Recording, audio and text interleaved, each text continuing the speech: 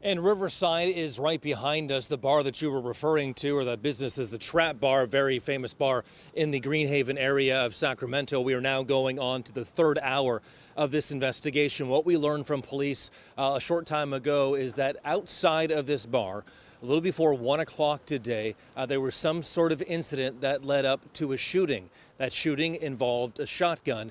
We are being told that the victim was taken not by paramedics or emergency responders, but by a different means to the hospital, and that is where that person was pronounced dead. Now, according to witnesses that we saw on scene, it was a passerby who took that individual to the hospital, where he then later died.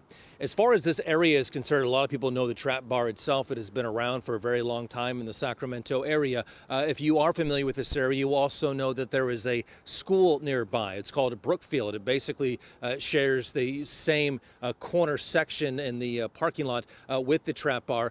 We can tell you that a parent told us that that particular school did go on to lockdown. Now, we do want to make it abundantly clear that this school had nothing to do with the shooting that happened earlier on, and we spoke with a parent who said obviously they were concerned, but they understood the situation where the two weren't really connected. Parents, about 90 minutes or so after the shooting took place, able to come pick up their kids. So as far as this investigation, police right now saying they do not have any suspect or any information on suspects. Their job right now is to talk to the witnesses who may have heard or seen this shooting. Again, this did not happen inside the Trap Bar.